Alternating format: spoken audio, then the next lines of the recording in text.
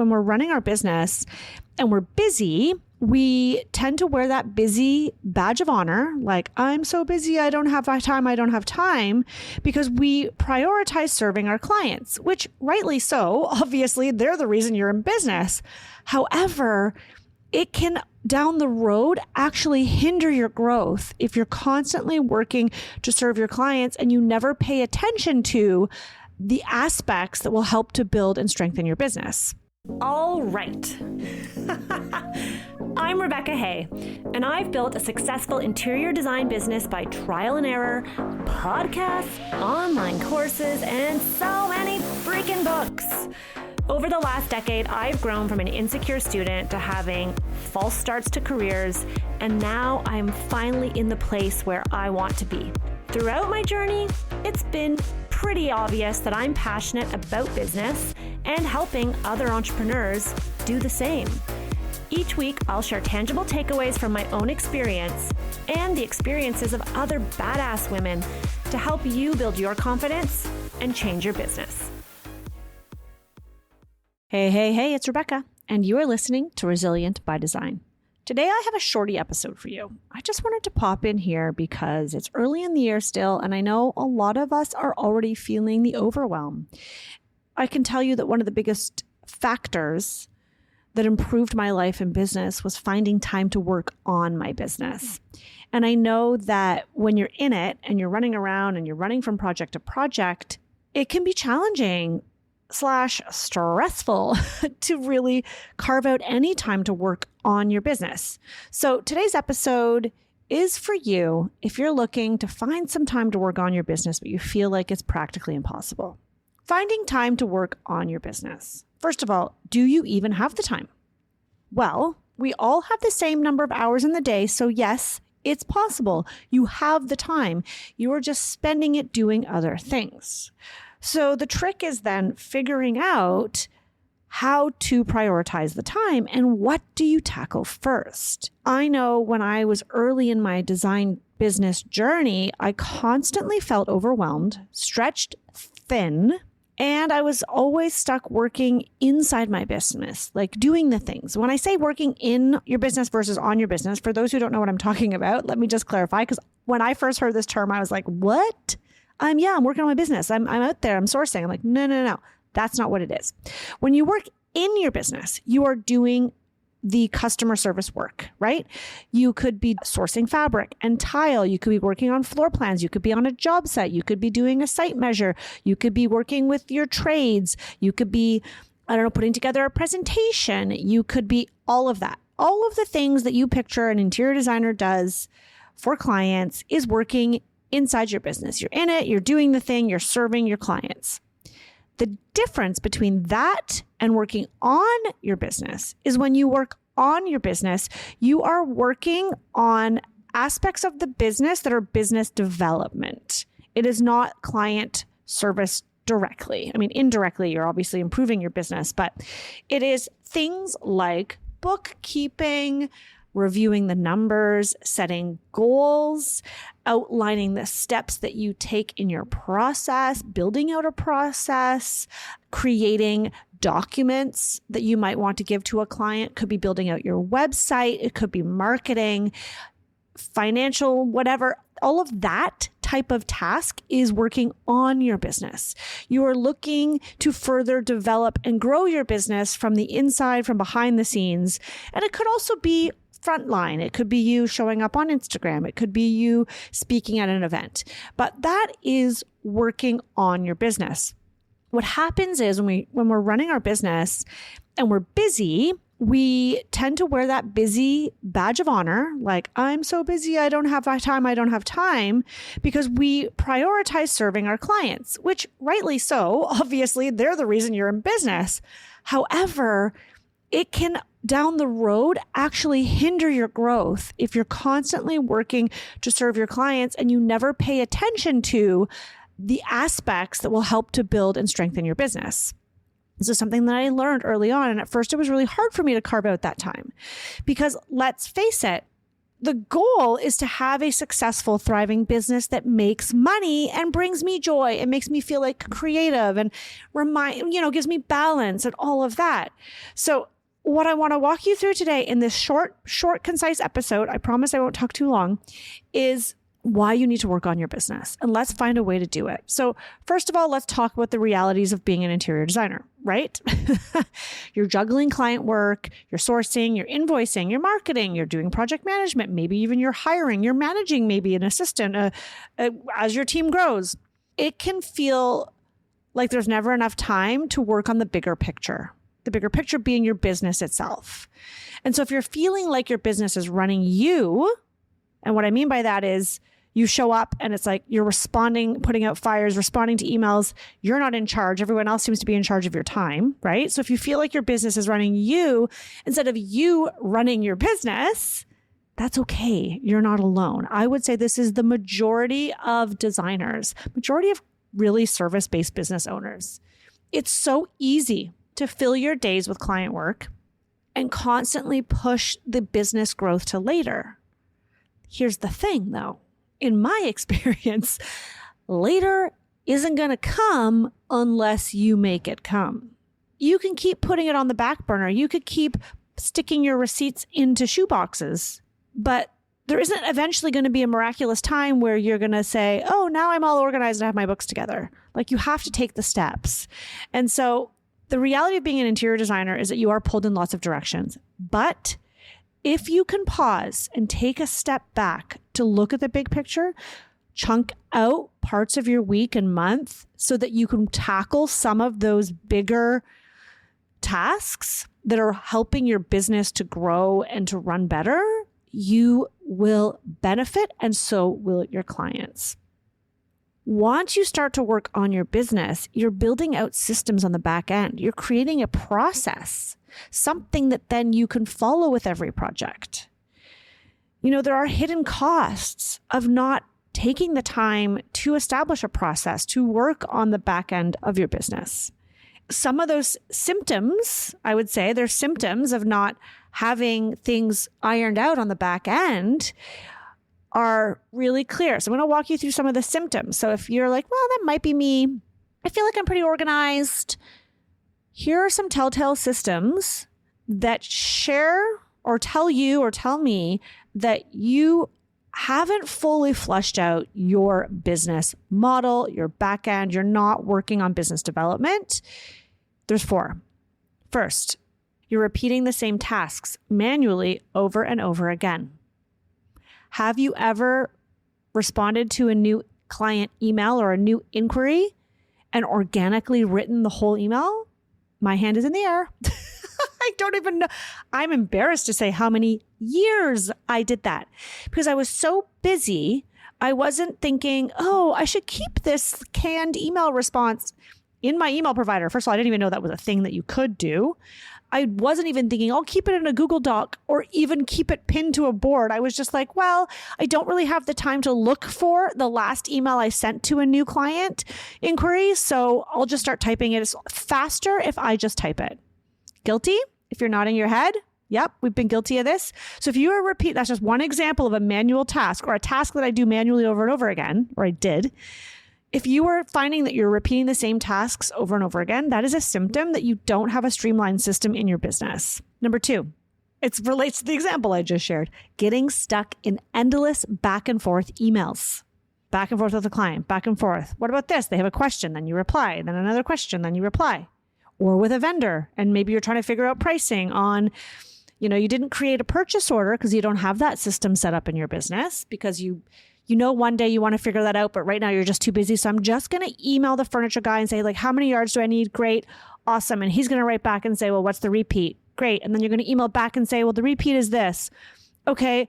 Awesome. Is it railroaded fabric? Right. Didn't think about that. Let me find out. I'll get back to you. Okay. It's railroaded, but you know what? Can we make the chair arms 3 inches instead of 4? You get it. If you are getting stuck in endless back and forth emails, that is a symptom that you do not have a organized, streamlined system in your business. This is something that if you can carve out the time to work on your business and build out, it will save you time in your day-to-day and it will save your team time as you grow. Number 3, another symptom that you're not working on your business to build out a process, and really that foundation is you might feel like every project starts from scratch, even though you've done it before. Meaning that you land a new design project. I've done a kitchen before, but it still feels like I'm kind of reinventing the wheel. Well, this kitchen's different anyways. So where should I start? Okay, I'll do the plans. And then, okay, let me make sure I let them know about this thing. And then that thing. Does it feel like Groundhog Day with every project?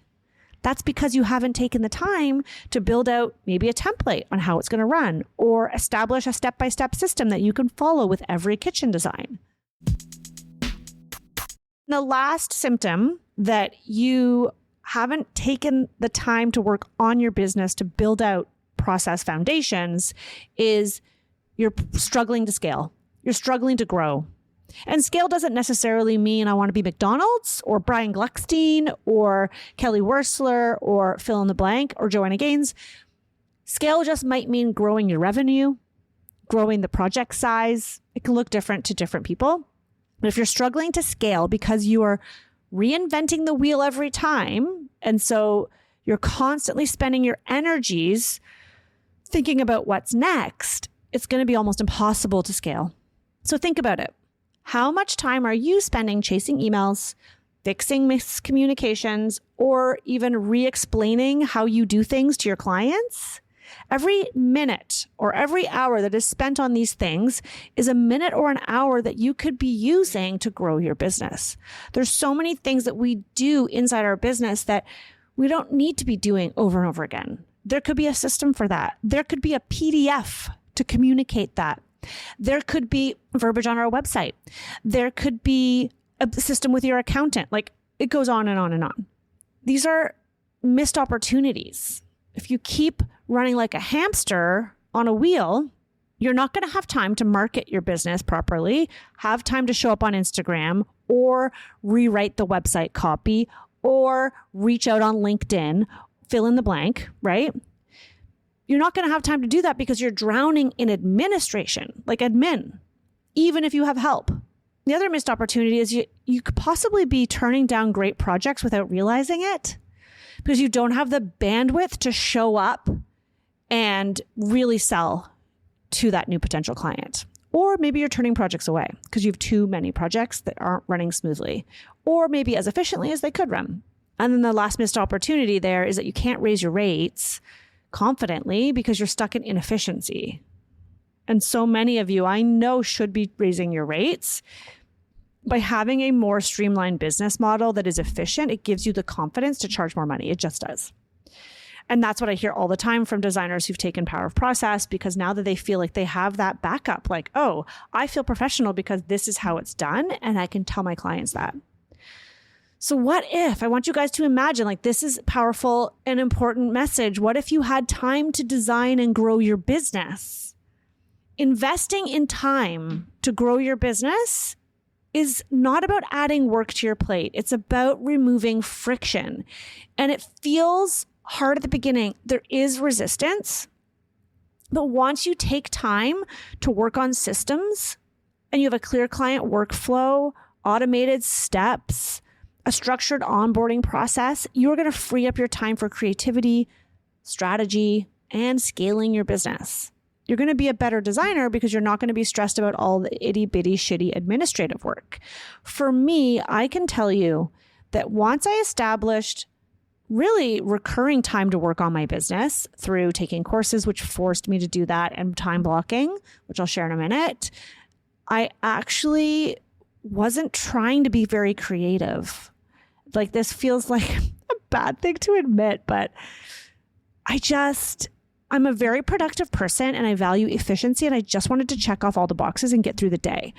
And I didn't want tasks to go on to the next day. And so if I had chunked out maybe an hour or 2 hours to source anything, materials for a project, I would end up running out of time to do it. And I would try to squeeze in the sourcing in a short period of time. And then sometimes I would just not phone it in. That's not a good way to describe it, but I'm sharing this because I feel like somebody can relate. I'd say, you know what? Do I really need to go to the store? I'll just go online and see what they have. Instead of saying, oh, I really kind of wanted to design something custom for this, I would look at my calendar and say, I just don't have time. You know what? This is going to work. It's really nice. I'll do something more custom or unique or outside the box with the next project, because literally I just wanted to check off the boxes and I wasn't giving myself time to enjoy the creative process. Once you establish process and systems where your client onboarding happens seamlessly, project timelines are crystal clear, you're spending your time on those creative high-level decisions instead of chasing emails and checking off to-do lists, that is a strong business foundation. That's what happens when you have that foundation. And the hard truth is, if you don't make the time, you'll always be stuck.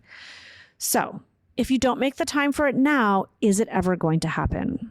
The longer you wait to invest that time in your business, the more overwhelming and chaotic things become, and also the more set in your ways you become, or your team becomes. And if you're waiting for a time when it's going to be slower, right? The slow season, I'm going to figure it out. I have bad news for you. There is never going to be a perfect time.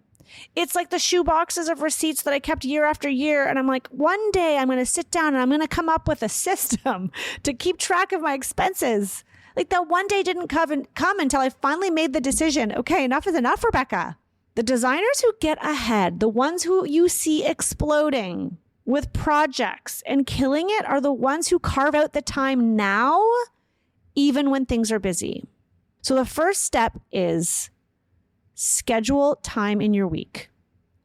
Even if it's only an hour, my recommendation is you schedule that time earlier in the day. This is just my personal opinion, but what I found with my personality is by the end of the day, I am tired, or more often than not, the tasks that I was working on during the day went long, because let's face it, most of us are terrible at anticipating how long a task is going to take, and things come up. Block an hour once a week at the beginning of the day for you to work on something. Maybe it's an online course. Maybe it's tackling your bookkeeping. Maybe it's, I just want to review my numbers from last year. I don't care what it is. It really doesn't matter at this point. If you've never spent any time working on your business, it's about developing the habit and holding yourself accountable for yourself. Because this is what happened to me at the beginning. I'm like, yeah, I'm going to do like Friday mornings, I'm going to do like Finance Fridays. But like, let's be honest, it just never happened because somebody needed me, or I needed to go to site, or I, wanted to tweak the CAD drawings because I wasn't happy with the layout. And I would always eat into the time I had allotted for myself because, what, am I going to get mad at myself? Oh my God, I just realized this is not a shorty episode, guys. All that to say, you can make the time. I hope you now see the power of what can be done when you do take the time to work on your business. You're leaving it so much on the table by continuing to do the busy work. I want you to write down a list, let's say 10 areas of your business that you want to work on in the next few months. And then I want you to slowly go through your calendar, block off an hour a day. If you can do more, that's my preference, but I'm trying to make this bite-sized. If you can do 4 hours a week, I think that would be amazing. I think everyone can find 4 hours a week. You can spread it out, or I like to do a large chunk. That's what I recommend for Power of Process, is like take 3 to 4 hours a week to work on the course material. I think it's really impactful because if you do the work, you'll see the results. But set aside 4 hours a week so that you can start tackling your list. And if you don't know what to put on that list, start with a process. How do you run a project from start to finish? Spend time figuring that out and getting it on paper. One of the most impactful things we can do is take what's in our brains and just type it into a Google Doc. Or use sticky notes. I love sticky notes. Put all the things you're doing on a sticky note, stick it on the wall, and start putting things into sections. Start to get a clear idea of like, what am I doing? What can be streamlined? And of course, Power of Process is coming back soon, so you guys can check that out when the time comes, because I will be there to help you get things set up. But in the meantime, carve out that time to work on your business. It will be a game changer. All right. Thanks for listening. I'll see you soon. The Resilient by Design podcast is produced by Vera Marquez, edited by Abby Circatella, and hosted by yours truly, Rebecca Hay.